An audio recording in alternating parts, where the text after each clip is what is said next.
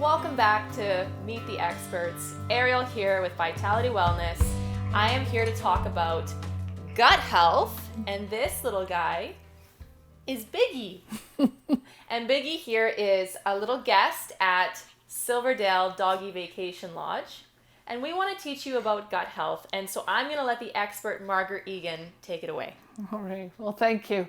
Well, I don't know how much of an expert I am on gut health. I think you're more of an expert on that than I am. But I've been around the block with dogs for many, many years, and so I know a little bit about it. Gut health, yes, very important for our dogs. What can I say about that? There's so much to know, and there's so much information out there. It is not hard to find the information on what is the best way to feed our dogs. I am not a kibble fan. All my clients that you come here know I'm not a kibble fan. Dogs were not designed to eat kibble, people. Sorry. They are omnivores.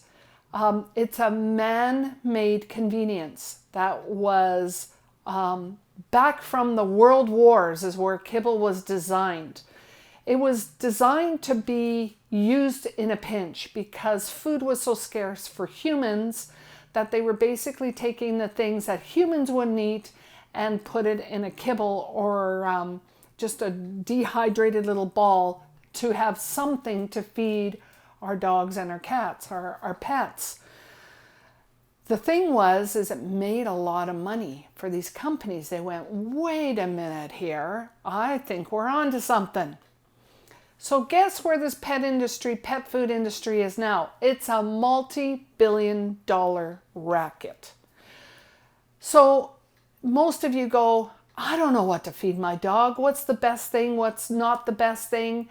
I try and read the back of the bags. There's so much information there, and it's just overwhelming. So you basically go by what people recommend or what your vet recommends.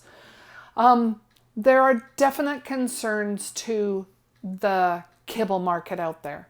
There are those that are better than others, more thought in what they put into their, use as their ingredients than others. There's others that you definitely need to stay away from. That's a topic for another time, but if you want to know which ones those are, I have no hesitation in telling you. You can always call me and I'll tell you which ones to stay away from. We do sometimes see it coming to the lodge here too, and we all go, including my staff goes, oh, no, we can't feed that. It's hard for us to feed some of this stuff that we know what's in it. Very, very little regulation when it comes to dog foods as well. So as much as we want to put trust in it, you really can't. You have to do your homework. And when you feed your dog properly with how nature intended a dog to eat, you find a lot of changes in your dog. We talked about a bunch of the situations out there. We don't get eye issues as much in a properly fed dog. We don't get ear issues as much in dogs who are fed properly. We don't see as many hot spots. We see mobility being better. The condition of the coat, their energy is different. Their poops are better. There's so much going on. Their vitality. Their vitality is different. And so we want to look at the overall picture. And food, of course, is so important for us, but it's also very important for our canine friends, those that we love and we care about. We want to do the best by them. I know you want to do the best by them. So there's a lot of deficiencies as well in kibble. I'm a huge advocate of raw-fed dogs. I have done that now for over 25 years. I have never had an issue with it at all. Come on, a dog can bury his food, such as a bone, dig it up 2 weeks later and mow down on it and have no problems. Or you see them in a garbage can, and for the most part, most dogs don't have any problems. Some do. But for the most part, they do survive to tell the tale. And so we have to be careful on what we're fed out there as far as information. But there are some key components that are very, very necessary for our dogs, whether they are kibble fed or not. Some of them is definitely supplements. Every dog needs to be supplemented, whether they are raw fed or kibble fed.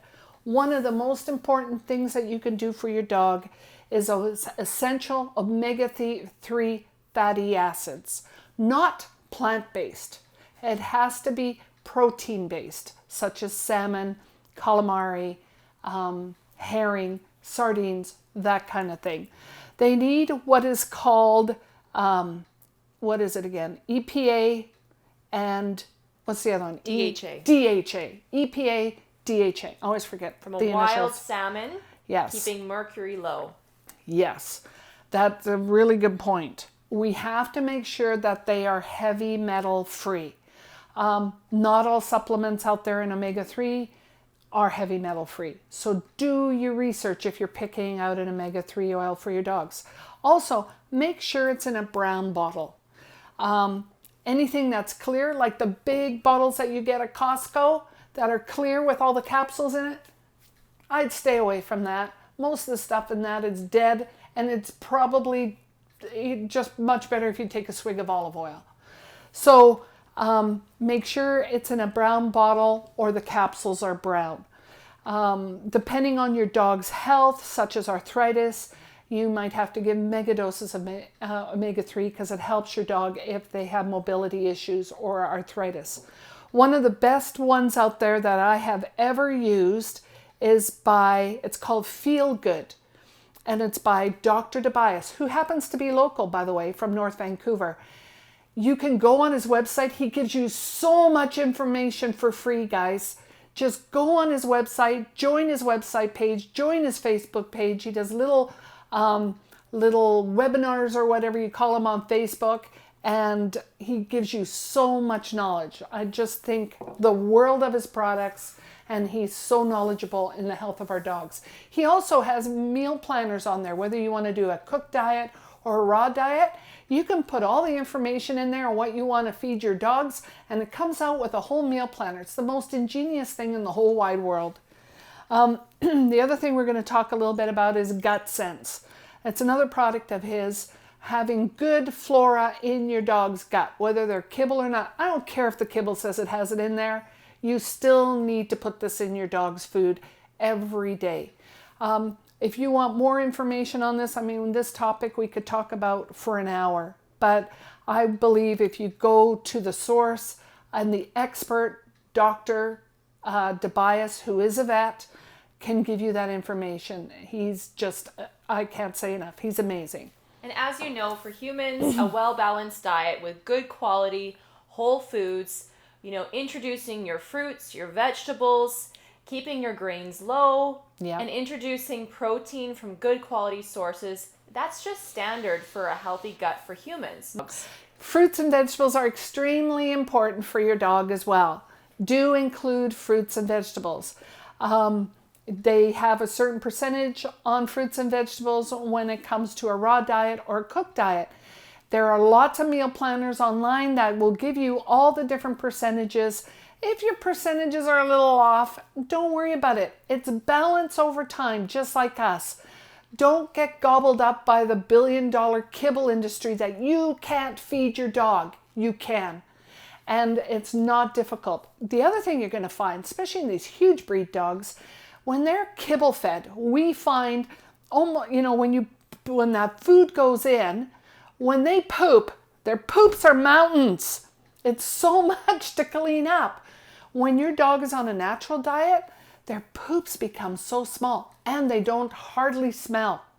It's amazing. So that part for cleaning up the backyard, you'll be doing the happy dance. So definitely feed your dogs plants and which are veggies and fruit.